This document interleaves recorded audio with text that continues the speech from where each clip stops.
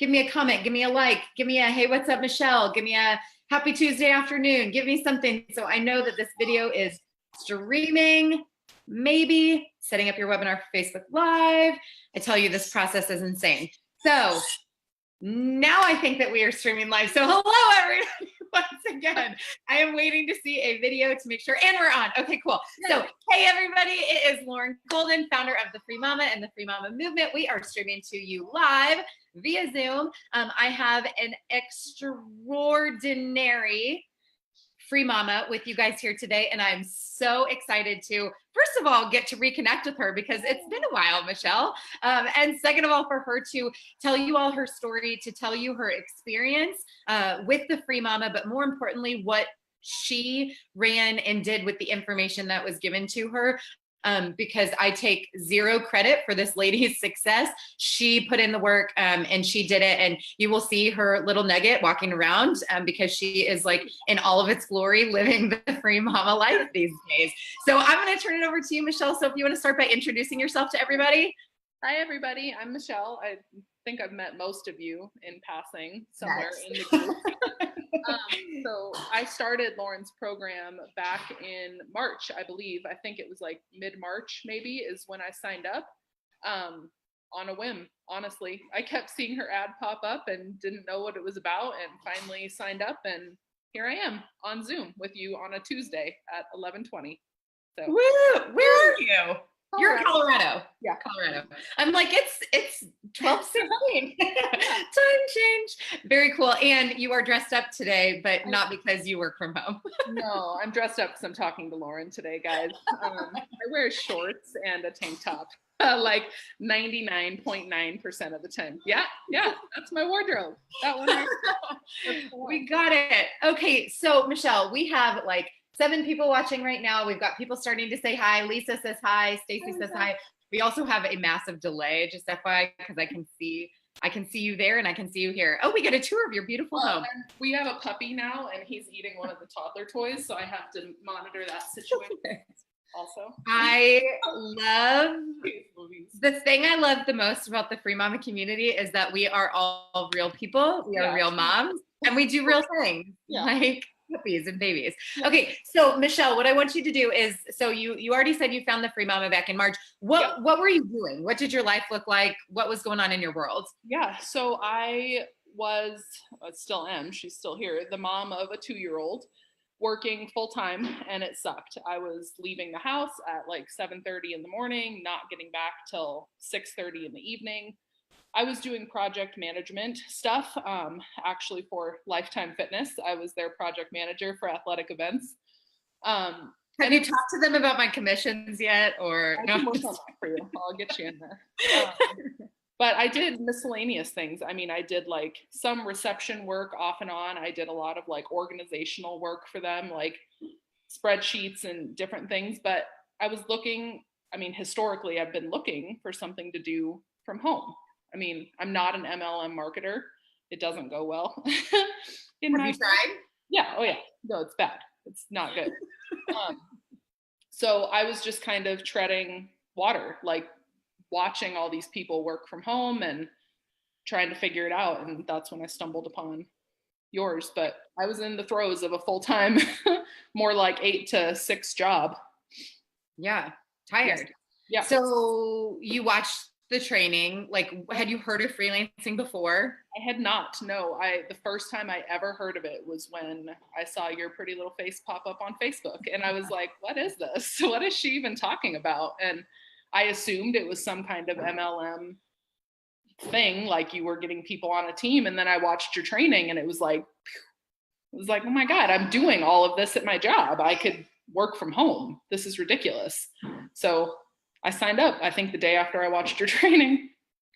And you did the Fast Pass, which I know some of the older original Free Mamas, that wasn't always available. March is actually when I added that. So you might've been one of the first people to have that option available to you. And can you just like tell everybody what you did with it? Because you utilized it, I think, probably in one of the most powerful examples that I've ever seen from anybody going through the program.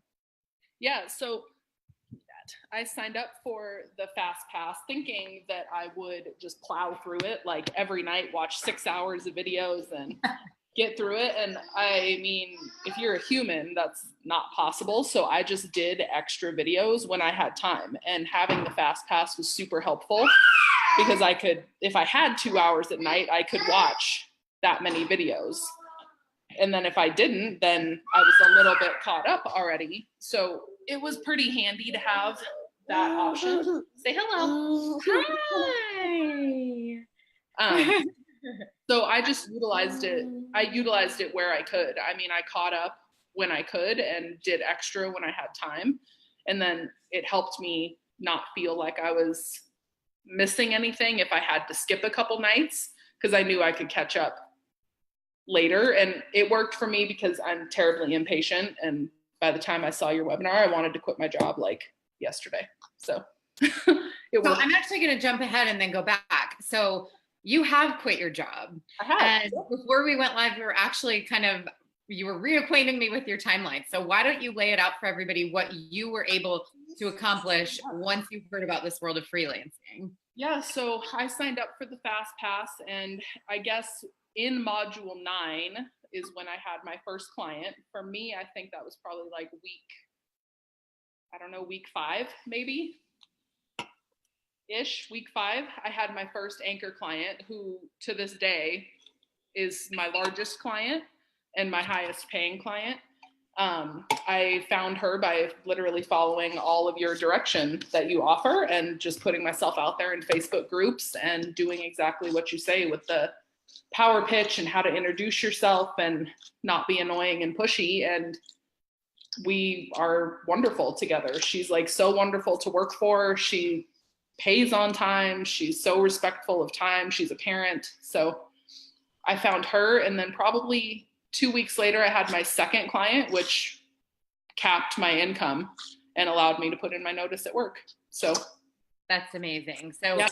Michelle, you shared with me before we started that before what would have been the 12-week program was even up, you actually had left your job. I did. Yep. I left my job, I guess, what would have been week 10 or so. It took me 10 weeks from start to finish to quit my job. And it was, I mean, faster than what I had anticipated, but a point came where I had to make a decision. Like, I was making enough money to do it, and in order to manage my clients appropriately, I had to make a choice, and my job was not going to be flexible to allow me to cut down hours or anything. So it was all or nothing, and I jumped and did it, and it was wonderful. It was super scary. It's super scary. Yes, I was just going to ask you, how did you feel, and how do you feel now? I felt terrified. I didn't know what I had gotten myself into. Like, I handed in my notice and was like, all right, this is okay. I can do this. And then I left that day and cried for 3 hours at night. And I was like, I just quit my job. Like, what did I just do right now? Like, I quit my job. It took a few weeks, honestly, to like settle in and figure it out. But I feel wonderful now. I don't even remember what it was like anymore. Like, and it's only been, I don't know, 5 or 6 weeks, but it's been the best time ever. Like, I don't remember what it feels like to be so stressed out anymore and so grumpy and so tired. It's a different life now. And so what do your days look like now? Clearly you're at home with your sweet love bug. Did you feel like it was challenging to come up with a new routine? I don't know if you saw my Facebook Live yesterday, but I was out of town for 2 weeks and we were way off our routine, and it was chaos. And I know that for a lot of mamas, when they make that transition into freelancing, whether they were leaving a 9-to-5 or they were previously just staying at home, kind of coming up with those routines again is one of the hard parts. Have you had any challenges with that? You know, the first week or so was total chaos. It was like, I didn't know like what you're even supposed to do. And I had a false idea, honestly, of what working from home would be like. I thought it was going to be like glam, like I'm going to blow out my hair and do some makeup and have like such great clothes all the time. My house is going to be spotless. So I spent the first few days like trying to live that lifestyle. Like, laundry, house clean, dishes, everything. And you can't. So my days now look a lot different. I have my daily 5. Work always comes first. I try to stop working by about, I don't know, honestly, 2:00. And from 2 to bedtime is like our family sacred time. My husband gets home at about 4. So I get some hours with Charlotte, and then we all get some hours together. And then I usually log back on if I need to at night. But my idea of like, I don't know, Stepford wife plus making money is like it's not very realistic. Like I had to let go of some of the ideals that like my house was going to be spotless and everything was going to be perfect before my husband got home, because I still have a job. I just have a job on my terms now. Exactly. You get to decide how you spend that time. And I would argue that you're prioritizing it appropriately. And that's something I actually talk about in the program, which you probably remember, is when I first started working from home, people would always be like, well, aren't you tempted to like go clean your kitchen? And I'm like, no, because nobody's paying me to go do that. It takes a few days though to get that priority straight, because for the first few days, I totally was tempted. And I was like, I'll just go clean. I'm fine. Like, I'm super organized. I can do it. And it just doesn't work. Like, people just need to follow what you teach in the program. Do your house cleaning stuff on your personal time and your work stuff on your work time, because it makes for a much more stressful day when you try to make it all into one little package. And if you're lucky enough to get to pick when you work, then you can pick when you work. Like, I do the bulk of my work when she's napping, so we can spend time together when she's awake. And then, I mean, we're still working out the rules and boundaries. She's only 2, so that's still no end in sight. Sorry. We're still to be determined on that point, but I mean, that's just parenting. Yeah, and all of my clients know that being a mom comes first, so that's awesome. They're fine. So you were actually telling me something really awesome about one of your clients, and that is that they have actually invested in your professional development. Do you want to tell everybody what you are getting to do and what that kind of looked like for you and your client? Yeah, so the client that I found on Facebook, her name is April. She wanted help with social media strategy. I have not ever taken classes on like the actual strategy behind social media, like ad work, Instagram strategy, algorithm, all of that stuff. So she actually offered to pay to send me through a course where I'm getting certified as a social media strategist now. So I have all of the tools, like I have ads training, I have all of this Instagram training, Instagram TV, Facebook Watch, all of that she has paid to send me through so I could take it off her plate. And to her, like, the investment was worth it because it means she's not going to have to do it. So even though she had to pay to send me through it, she doesn't have to do it anymore. So it was really cool. What would you say? And I know you see these comments. I know you still get tagged in these comments as being an official free mama. You are a resource to the women who still continue to come into our group as a success story and as an inspiration. And so many of the things that I see posted all the time is that, I've never done this before, or, what do I tell a client when, I'm brand new to this and I've never had a client before, or, I still need to go learn more before I can actually claim to do this as a freelancer. Like, what would you say to all of those people kind of living in that place of self-doubt? There's a lot of things that you haven't done before. There's a lot of things that I haven't done before. And if you look at life that way, it's depressing. A lot of things that I do for both of my clients, I had never done in my entire life.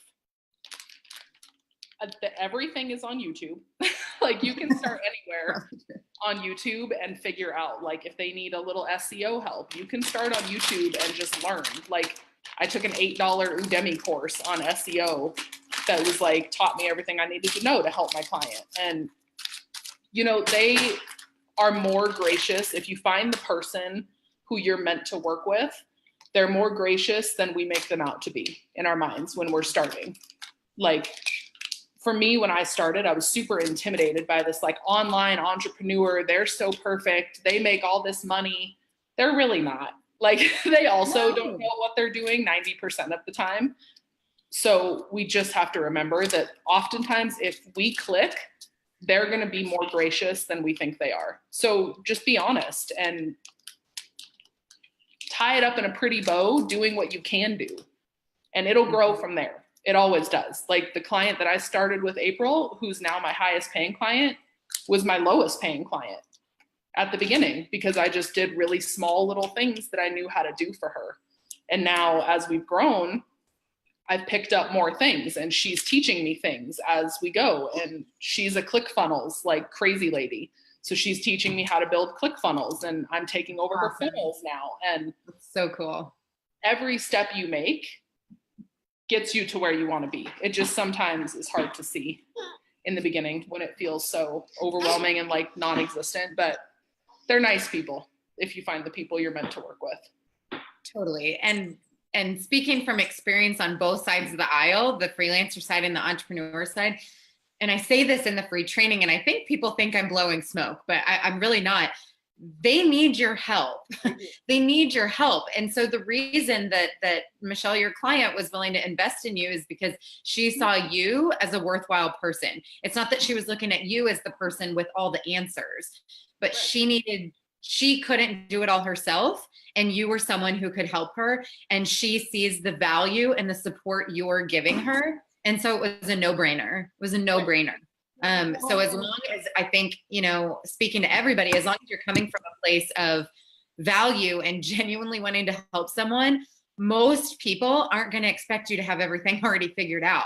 No. What they're going to expect you to do is be somebody who's willing to go figure it out. So I think that's the difference. So you've spoken a lot about these two clients, but what I want everybody to know is that you've actually had another client and you're not working with that person anymore. So why don't you tell everybody what you're willing to share about what that looked like, you know, what it's like to have hard conversations and what it's like to, you are running a business, you're running a freelancing business. And so you, Michelle, make your own decisions about what your life and your clients are going to look like. You do, yeah. So in the beginning, I thought that I needed to say yes to every person who accepted a proposal or wanted any sort of work at all. And the beauty of it now is that if you don't jive with a person, or maybe you don't agree with their business model, or whatever it may be, you have the choice to say no, thank you. And I had a client that I also found on Facebook in a Facebook group. She is a very nice woman, but the first words out of her mouth were that she's gone through 4 VAs already. Hey, that's enough. Hi, baby. So I was like, oh, okay, 4 VAs. That's a little terrifying. Like, I wonder, they must have been awful or something. And the reality is, Charlotte, please. Hi, baby. I had to have a conversation with her and tell her that we weren't going to fit together. She wasn't ready for a VA. That's why she's gone through so many VAs. I'm sorry. This is Free Mama Love right here. This is hey, I have done many a Facebook Live with crying children. She's Free Mama, or she wants a snack. Mac and cheese in the microwave on a webinar. And you know, nobody multitasks like a mom. Oh God. So yeah, my client had me doing her social media work, and although the posts were perfect and fine, there was always some kind of issue that she just couldn't decide what she was trying to do with them. And it stressed me out so much. Like, it was making my days unenjoyable. Like, I was stressed out when she would call me. I would panic and have to like hush everybody out of the room. And I didn't like that. I wanted to live where I felt comfortable talking to my clients. And it was a conversation we had to have, but it was fine. Like, I basically just sent her a very nice email that said, I wish you all the best and I hope you can find your perfect VA, but I don't know that I'm that person for you. And I mean, she paid a good chunk of money every month and it was hard, but it was worth it. And things work out how they're supposed to. I mean, it's better now. Like, I'm so much less stressed without her that it made every bit of that conversation worth it. So, okay, so I have a couple questions from people who are watching. Okay. We've got about 17 people watching right now. 18. Hello, everybody. So say hello as you prepare lunch for your sweet muffin. So Christine asked, how long ago did you quit your job? I think you said about 6 weeks ago. Is that right, Michelle? Yes, it's been about 6 weeks. 6 weeks, Christine. You got a bunch of people saying hey. Leanna saying great advice. Jasmine, who I just had the pleasure of meeting in person. Jasmine drove up to the workshop I did in Kansas City. So she says, Michelle and Lauren, how stable was your income before you quit your job, or did you take a chance and grind to get where you wanted to be? I will let you answer first. You know, I took Lauren's advice and didn't quit until I had a solid retainer client with income I could depend on month after month.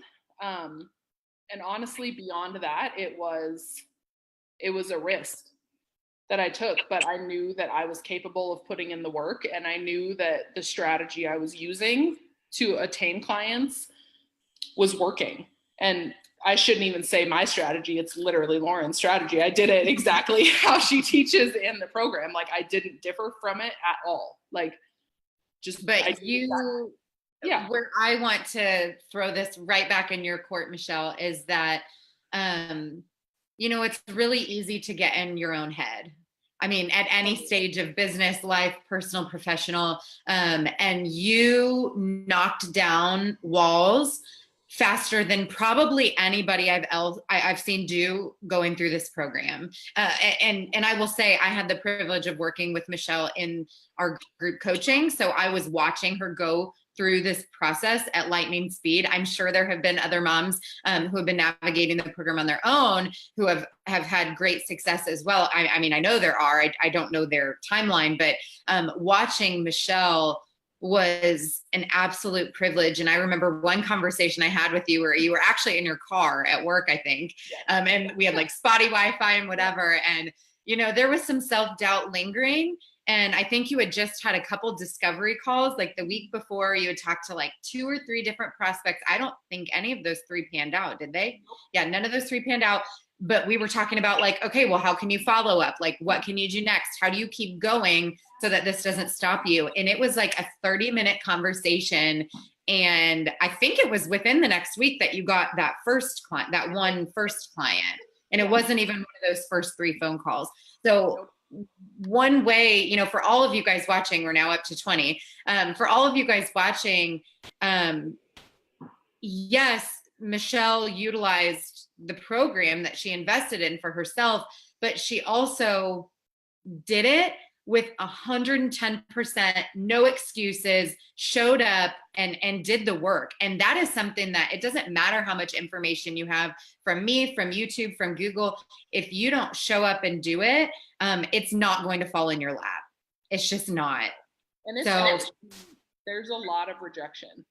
And for every, I don't know, one discovery call I had that requested a proposal, or that I actually felt connected enough to send a proposal, there was 20 others who either aren't willing to pay an hour, like whatever your rate ends up being, or they just like don't pan out. There's a lot of rejection, and that part for me was hard at first. And that was leading up to that first coaching call I had with you, was that I had my first like 3 or 4 discovery calls and was like, well, like, come on, people, like, let's sign these proposals. Let's get this going. And, you know, sometimes it's easy to get in your own head and think that you're doing it wrong and that you're not meant for it. But I think one thing you teach in the program is that learning to accept rejection is part of the journey of being a business owner, because not everybody is going to want to work with you. Not everybody who responds. You're not going to want to work with everybody else, as you showed with the other client. It goes both ways. Yep.